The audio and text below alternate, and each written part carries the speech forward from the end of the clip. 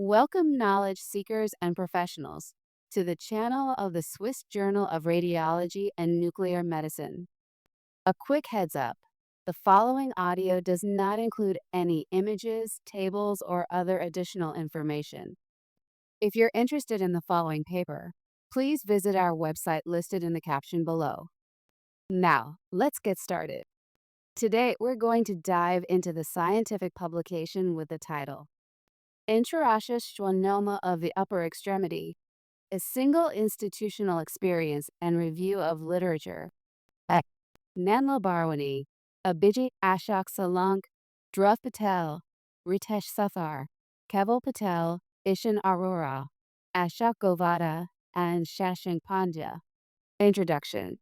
Schwannoma, also known as neuroblastoma, is a benign soft tissue tumor that arises from the Schwann cells of the neural sheath.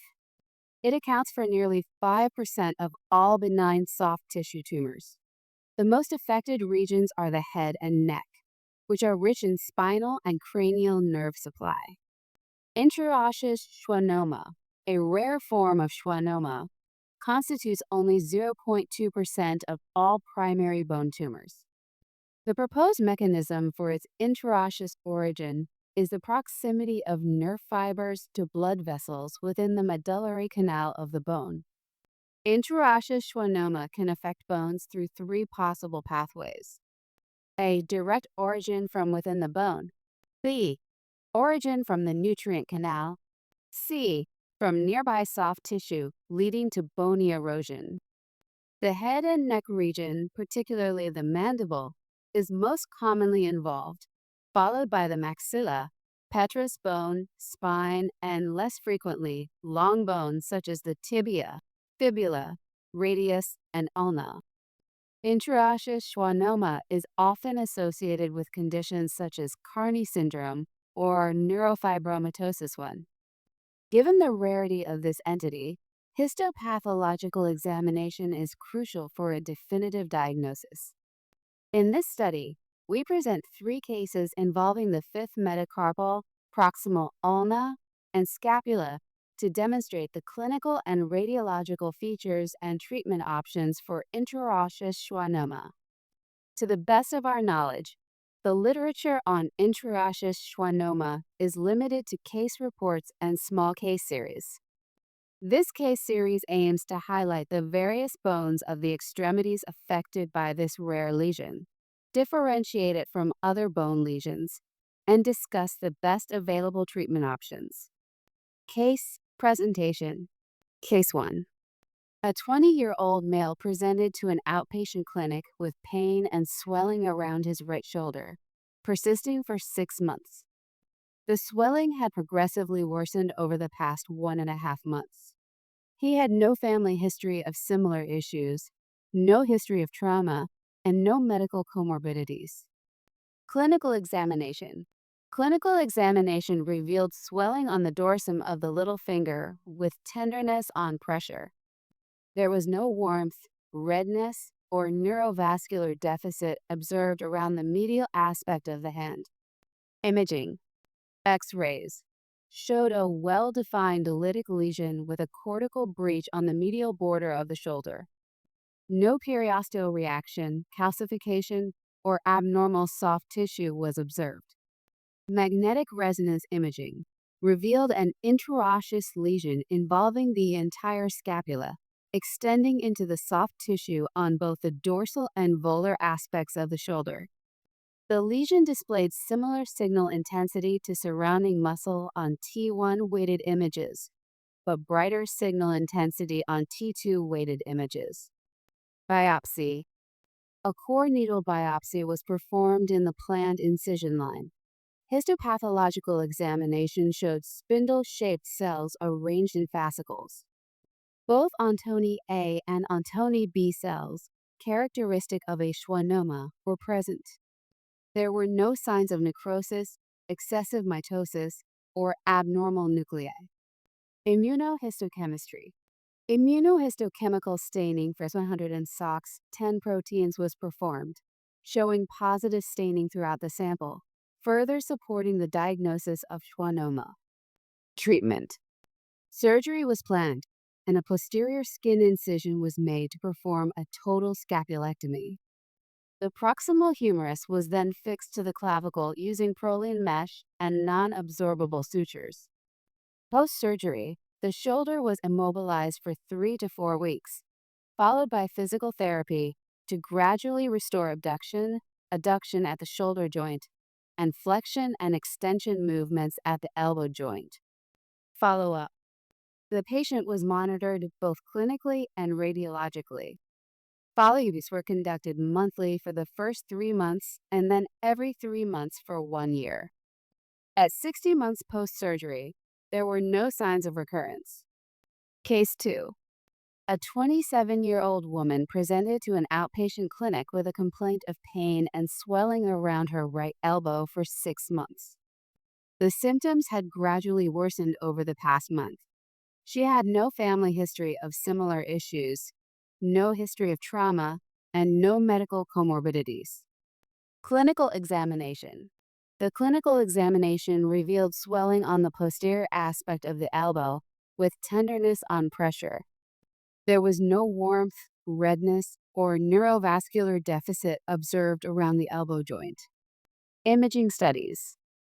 X-ray showed a soap bubble appearing lytic lesion with ill-defined margins in the proximal epimetaphysis of the ulna.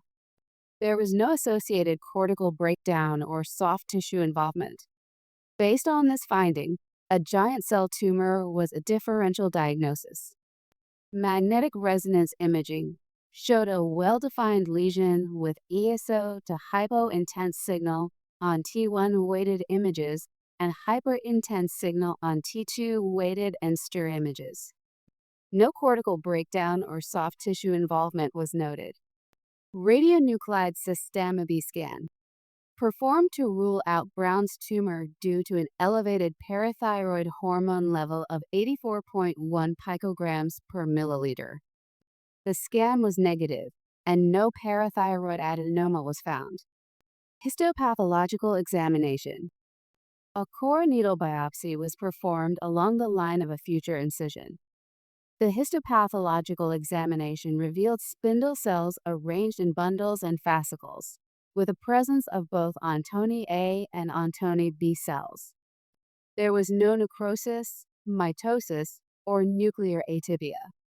Immunohistochemistry in SOX10 showed diffuse positivity. Surgical intervention.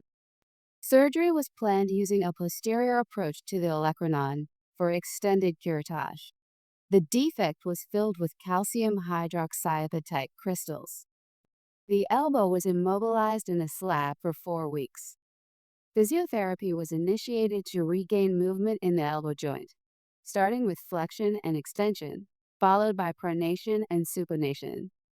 Follow-up. Follow-up was conducted both clinically and radiologically. The patient was reviewed monthly for the first 3 months, followed by every 3 months for 1 year. At 15 months post-surgery, there were no signs of recurrence based on clinical examination and radiograph.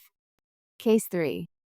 A 24-year-old male presented to an outpatient clinic with complaints of pain and swelling around his right little finger for 4 months. The swelling had gradually worsened over the past 2 months.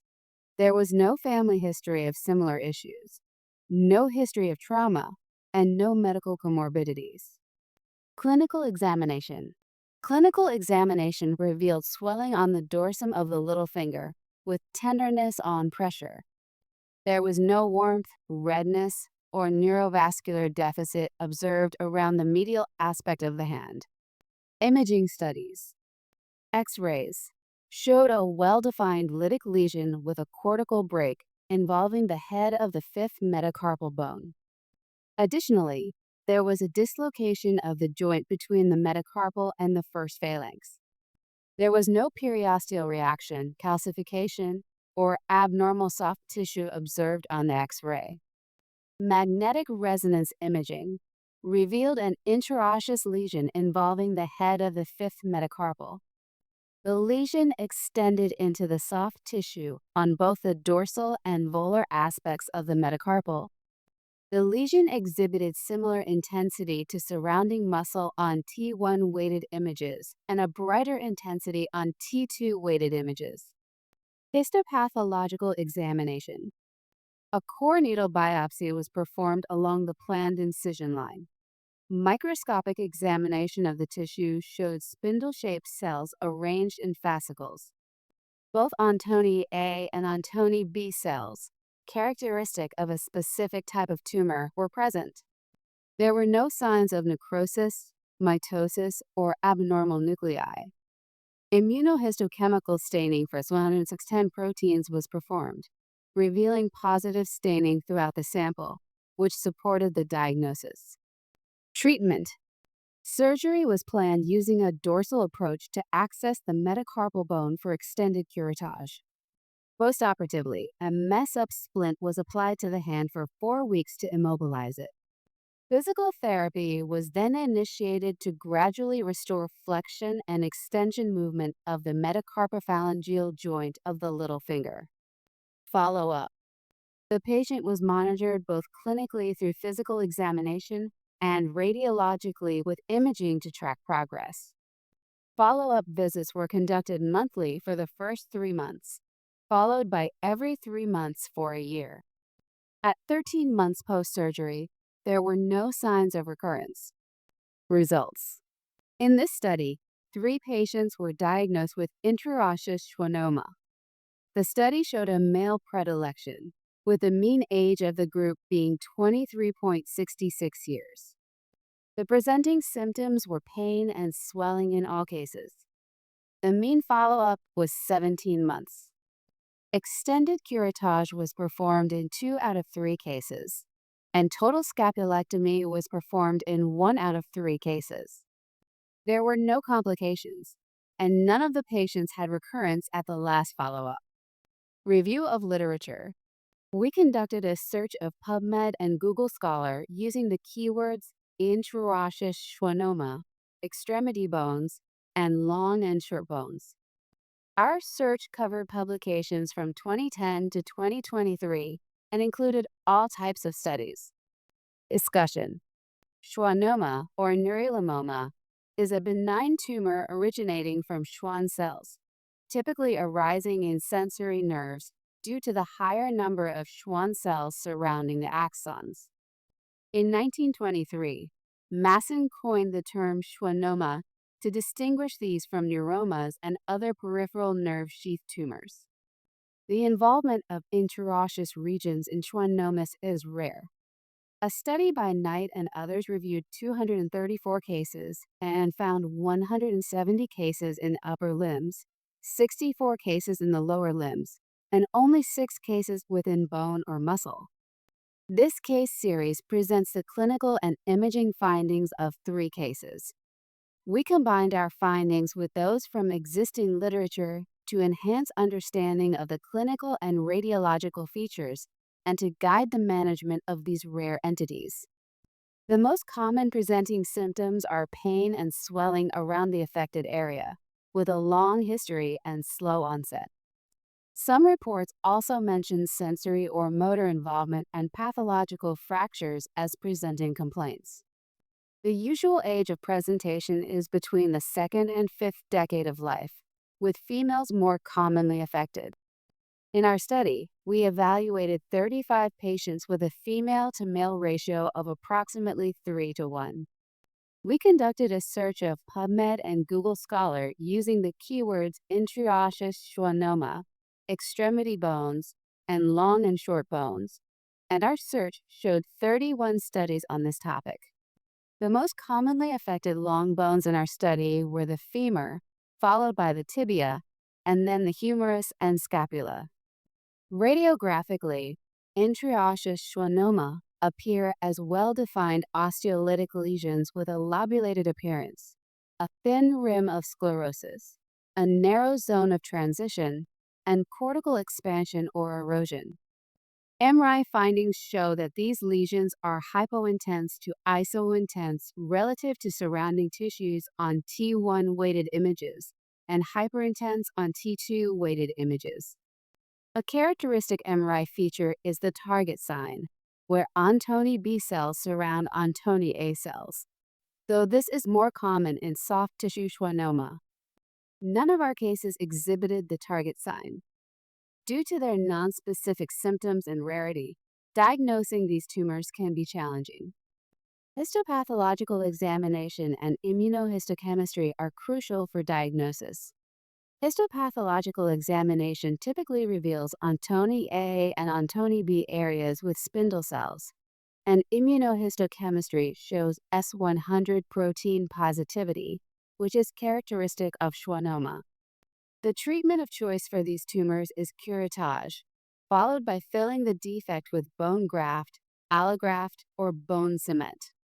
In cases presenting with pathological fractures, fixation is also required along with curettage and defect filling. These tumors generally have a good prognosis, with only one case of malignant transformation reported to date. Local recurrence is commonly due to incomplete removal, whereas complete removal usually prevents recurrence. The present study has limitations due to its retrospective design and small sample size, however. It can aid researchers in developing a multi-center investigation. Conclusion: in this series, we evaluated 3 patients along with 31 cases involving upper and lower limb bones. To the best of our knowledge, this is the most comprehensive collection of isolated appendicular skeleton bones affected by intraosseous schwannoma. Whenever radiographs reveal a lobulated area with an osteolytic lesion surrounded by a sclerotic rim, intraosseous schwannoma should be looked into as a potential differential diagnosis. Nonetheless, it is uncommon. On magnetic resonance imaging, the lesion appears isointense to hypointense on T1 weighted sequences and hyperintense on T2 weighted sequences in comparison to the surrounding tissue. Histopathological examination must be performed for a definitive diagnosis, which reveals typical Ontoni A and B cells positive for S100 protein. The most appropriate treatment for this rare tumor is curettage, followed by filling the defect with bone graft alternatives, allografts, or bone cement. We have come to an end. Thank you for listening in, and until very soon with more interesting publications. If you want to share your own paper in our journal, feel free to contact our team. We are looking forward to hearing from you. Don't forget to like and share if you enjoyed this content. Click the subscribe button so that you don't miss out on future publications from the Swiss Journal of Radiology and Nuclear Medicine. Until next time.